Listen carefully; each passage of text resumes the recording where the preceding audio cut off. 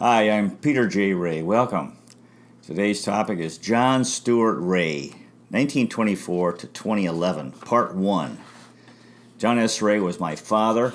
He was also the son of Gertrude Ray and Doran Ray, the nephew of Helen Zook Lacey, and the great-grandson of Tom Zook. And I interviewed him in October of 1986 and August of 1989.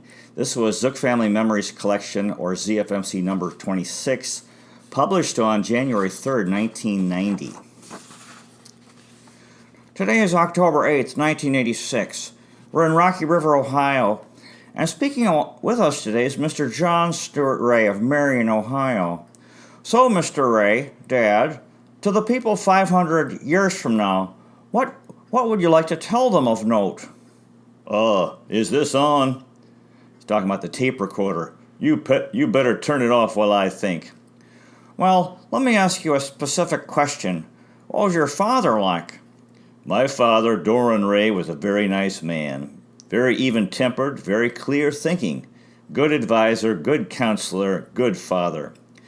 Do you have any interesting anecdotes you could tell us about him?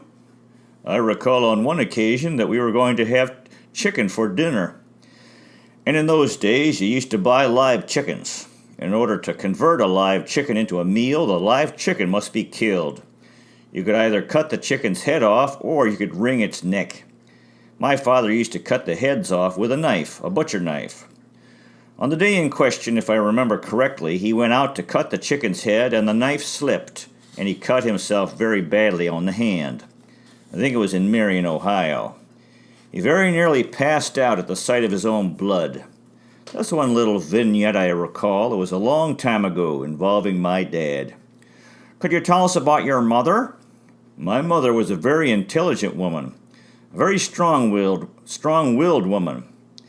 If I remember correctly, she was the disciplinarian at home. I recall her asking us, me in particular, to go out in our backyard in Marion, Ohio, on Windsor Street, and cut some switches from the cherry trees. This happened when I had misbehaved, in order that she could switch my legs with these little thin branches from the trees. I'm sure I richly deserved it. I recall her drilling me, it seemed like hours on end, with my Latin, the declensions and conjugations of verbs and so forth. She was quite a student of Latin herself, and she was bound and determined that I was going to learn it also, and indeed I did. I was a straight-A student in Latin. It was because of the time my mother spent with me, memorizing and going over these things that had to be learned. I remember my mother had a mark on her face, a scar which was there from when she had apparently a large, dark-colored mole of some kind removed when she was a little girl. I was quite interested to hear what her sister Helen had to say about her when we were over at Lakeside in 1986, in terms of her being a tomboy when she was a little girl. Did she ever tell you about her childhood? Yes, she did, because she was one of a very large family. Do you remember what she told you? I cannot distinguish at this time what she told me from what I heard her sister Helen and her sister Lenore say at Lakeside. Did your father tell you about his childhood? He probably did, Peter, but at this time I am unable to remember other than, it seems to me he used to have dogs. What kind of dogs? He had a long-haired white dog of some kind. What was its name? I can't tell you that. I don't remember. What do you remember about your grandparents? I had two sets of grandparents that I knew.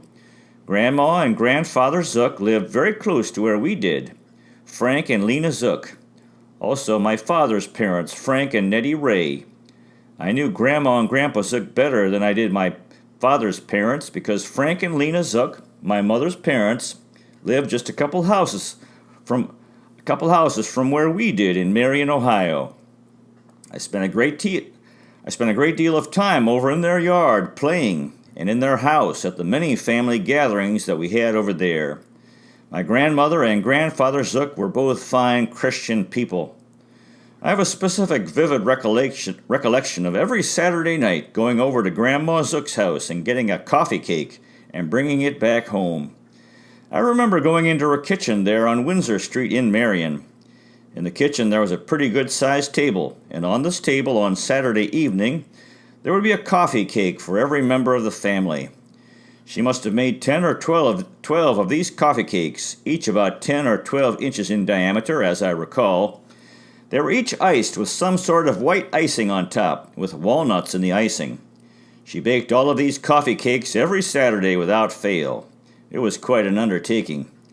I didn't think anything about it at the time. I didn't know any better, but we certainly used to enjoy eating those coffee cakes. Grandma Zook was a very pleasant, positive lady. I don't believe I ever heard either her or Grandpa Zook say a bad, negative, nasty thing about anybody. You could just see the light of the good Lord shining through the lives of both those people. They were just absolutely inspirational. Grandpa Zook used to just love to speak about the Bible. As I understand it by history only, he was not always that way. He had a mountaintop conversion, a religious conversion, which happened very quickly. And once he had been converted to Christianity and to the belief in our Lord and the life hereafter, his life was changed forever, and very, very much for the better. I understand again by history only that he had been rather moody before that, sometimes quite irritable, sometimes quite disappointed about his job. He worked in a machine shop at a job he really hated. It was a job that he was really trapped into doing, but after he had this religious conversion, he was able to deal with that job and deal with the problems he had. He and Lena certainly must have had an awful lot of problems with these 10 children growing up. We had many large family gatherings over at their house. I remember 50 or 60 people at one time being there on many, many occasions. Many cousins, many uncles and aunts, and the grandparents. Those were times of great joy and a lot of fun. I remember Dale Hughes, who was in the photography business in Marion, would take family pictures of this tremendous big group of people over at Grandma and Grandpa's house. I remember also great-grandmother Hecker. That would be Lena Hecker Zook's mother. I think her first name was Mary. I'd have to check the record. I knew her as Grandma Hecker. She lived in the same neighborhood there also as we did, and Grandma and Grandpa Zook did, and several other relatives in the Zook family. Her husband, if I remember correctly, was a doctor, and died some long time before she did. She delivered babies. She was a midwife. She had lots of medical information and was very helpful in treating people that had any kind of aches or pains or illnesses. I remember back in 1936, 50 years ago, when my brother Dick and I had rheumatic fever, and Dr. Thomas down in Marion, Ohio, said that our family should move to Florida for the winter, because that would help us get over this rheumatic fever. I recall before our family drove down to Haines City, Florida, that I went over to see Grandma Hecker. She was sick at that time. She had cancer, and I knew when I left her house that I would never see her again, because she would die. Was she in good spirits? Yes. She was a very nice lady. My memory of her is not real clear, although I have a mental picture of what she looked like. She was a very kindly lady. Do you remember what she said the last time you saw her? No, I do not. I only remember her face, and being very sad at thinking that she would be gone when we got back from Florida the next spring. She died shortly after that. She had cancer, and there was nothing that could be done for her. She was quite an elderly woman at that time. Thank you very much, Mr. Ray, for your time this evening, and do you have anything you'd like to say about your Uncle Ferd? Uncle Ferd was a short, white-haired man who was quite stooped or bent over, and he had a pair of whiskey blue eyes. By that I mean pale blue eyes.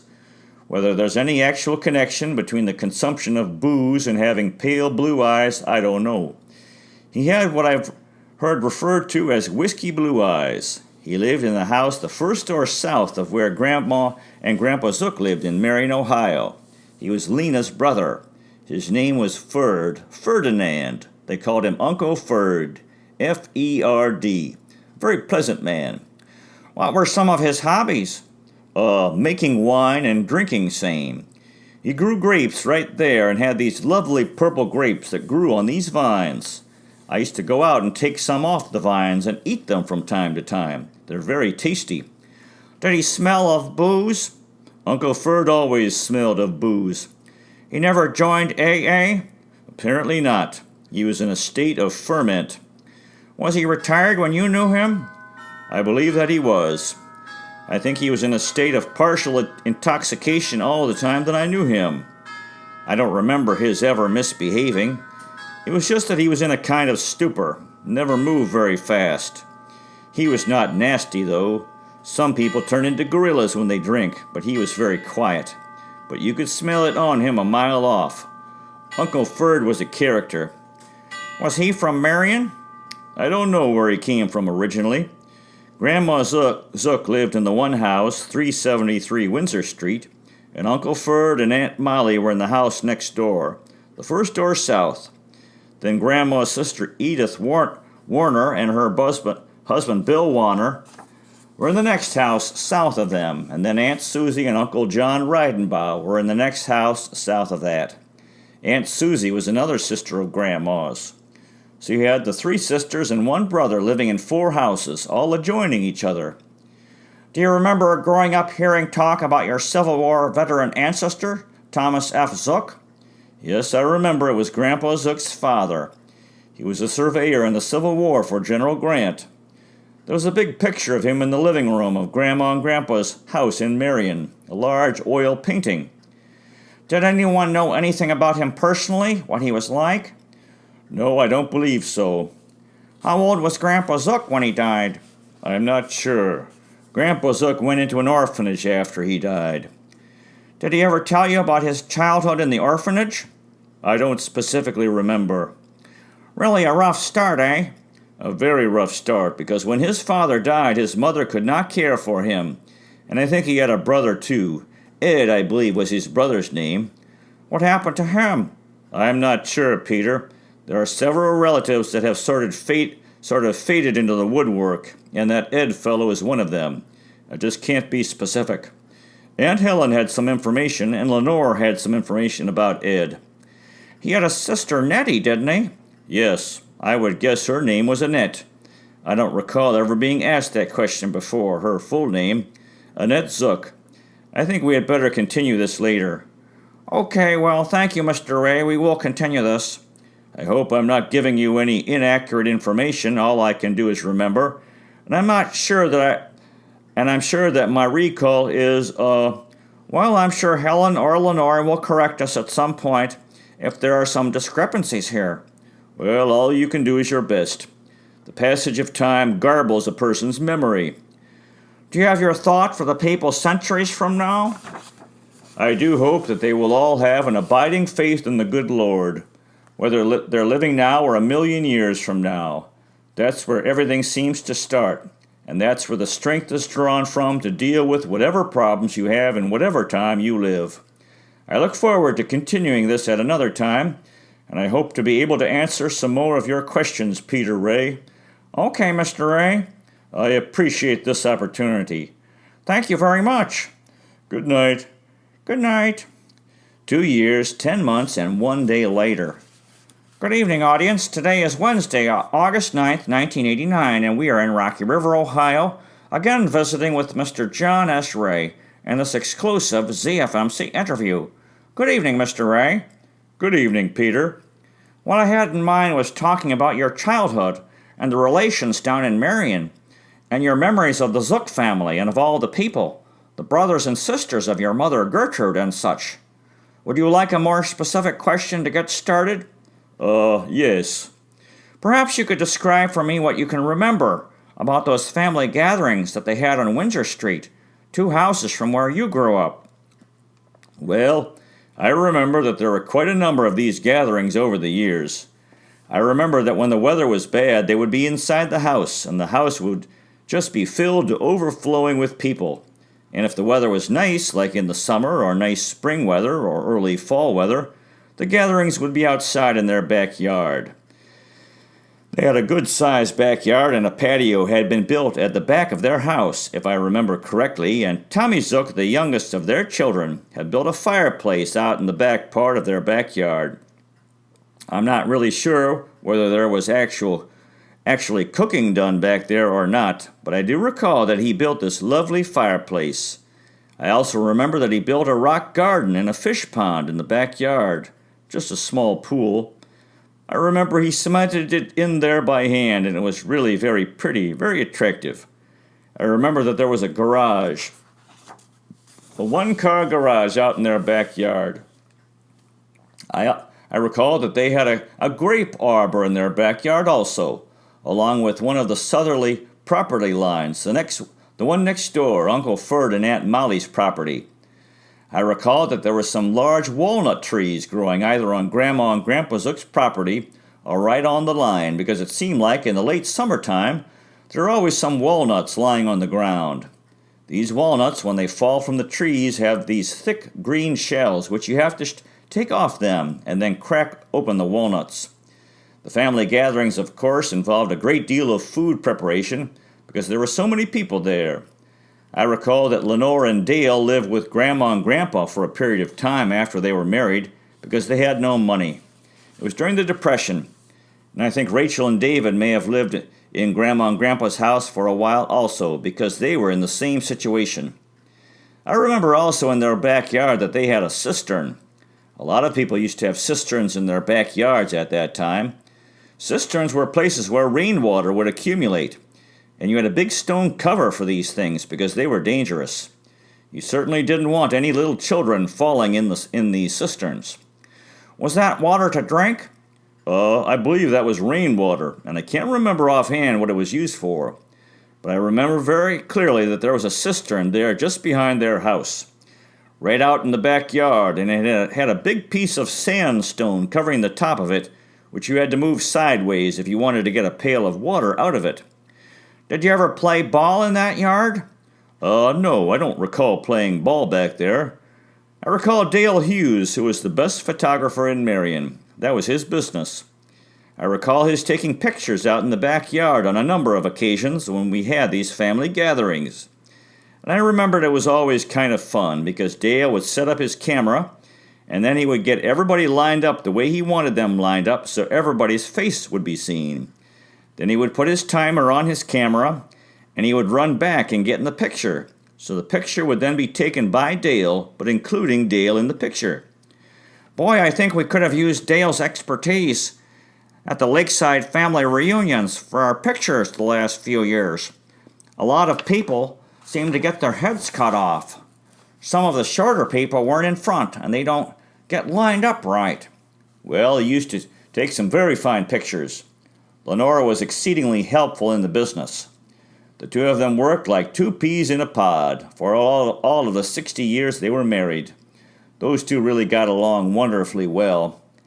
Say, maybe you could tell me about your Uncle John Zook. John Zook was the oldest, if I recall, of the 10 children. Wasn't Mary older? Maybe it was Mary. Maybe I'm wrong about that. I think you're right. Keep me straight on the facts if I wander off course. I think that's right. John was one of the older children, let's put it that way. He was a member of he had something to do with the railroads, and he also had something to do with the Democratic Party.